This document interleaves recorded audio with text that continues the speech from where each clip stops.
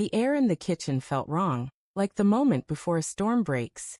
I stood at the counter, chopping carrots for dinner, when Claire's voice sliced through the quiet.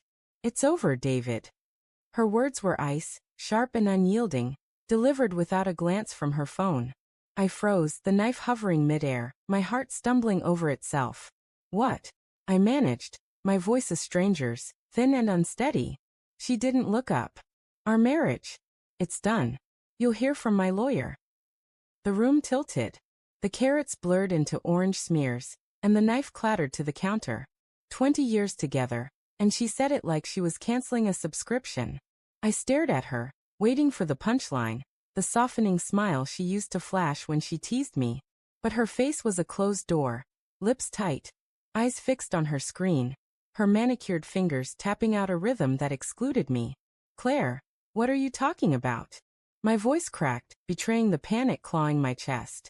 I stepped toward her, but she slid her chair back, a deliberate inch, her eyes finally meeting mine. They were cold, polished stones. "Don't make this harder than it needs to be," she said. "I'm done pretending. You'll get the papers soon. Just deal with it." Pretending? The word lodged in my throat like a bone. I wanted to scream, to demand answers, but my tongue felt heavy, useless. I thought of the late nights she'd spent working, the new perfume that clung to her clothes, the way her laughter had stopped reaching her eyes. Red flags I'd brushed off as stress, as her climbing the corporate ladder. I'd told myself we were fine, that love weathers silences. Now those silences roared. I sank into a chair, the wood creaking under my weight. The kitchen smelled of garlic and regret, the half-cooked stew simmering on the stove. Our home, our life was in this room. The chipped mug she'd bought on our honeymoon, the fridge magnets from vacations we'd sworn to repeat. "Claire," I said quieter now, "talk to me. Please." "What did I do?" She sighed, a sound so dismissive it cut deeper than her words. "It's not about what you did, David. It's about what I need. And this," she waved a hand vaguely at me, "at our life. This isn't it." Her phone buzzed, and her eyes flicked to it, a faint smile ghosting her lips. That smile was a blade. Someone else was on the other end of that buzz, someone who wasn't me.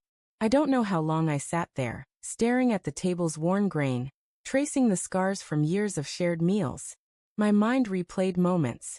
Her late returns, the locked bathroom door when she took calls, the way she'd started wearing heels at home, like she was auditioning for a life I wasn't part of.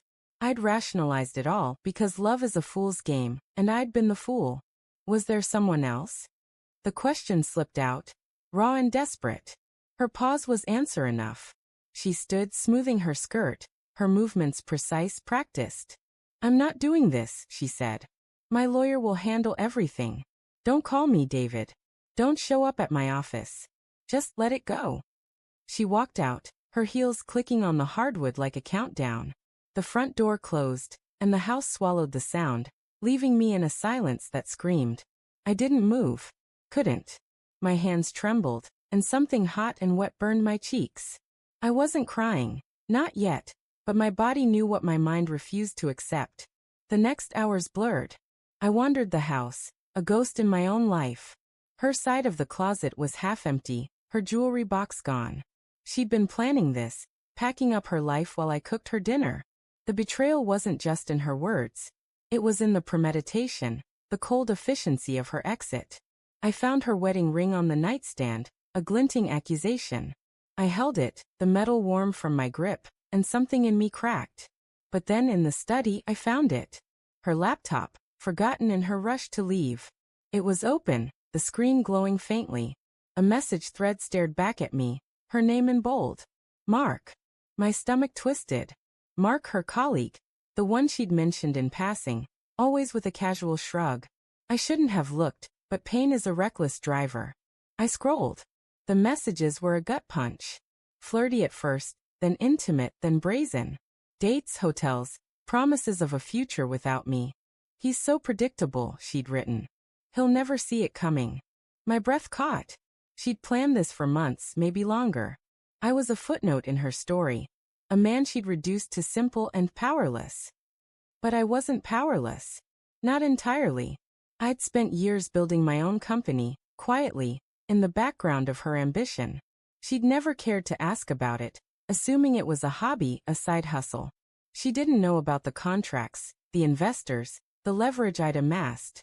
She thought me small, but I'd been biding my time, letting her shine. Love does that, makes you shrink to fit someone else's story. I closed the laptop, my hands steady now. Anger replaced the ache, a slow burn that sharpened my edges. Claire thought she could walk away, leave me to her lawyer's mercy. But she didn't know me, not really. I pulled out my phone, dialed my attorney, and spoke in a voice I barely recognized. "Start digging," I said. "Everything, her accounts, her emails, her deals. I want it all." The next morning, I sat at the kitchen table, the same one where she'd gutted me. My lawyer's email was open, a dossier of Claire's secrets. Offshore accounts, hidden assets, and a paper trail linking her to Mark's company. She'd been siphoning money, playing both sides. I wasn't just her husband. I was her Mark. When her lawyer called, I let it go to voicemail. I didn't need to hear her script. I pictured Claire, smug in her new life, thinking she'd won. But I had her laptop, her secrets, and 20 years of knowing her weaknesses. The ring sat on the table, catching the morning light. I didn't need it anymore. I stood, my reflection sharp in the window. The man staring back wasn't broken. He was awake. Claire thought she'd written the ending, but I was rewriting it. She'd hear from my lawyer soon.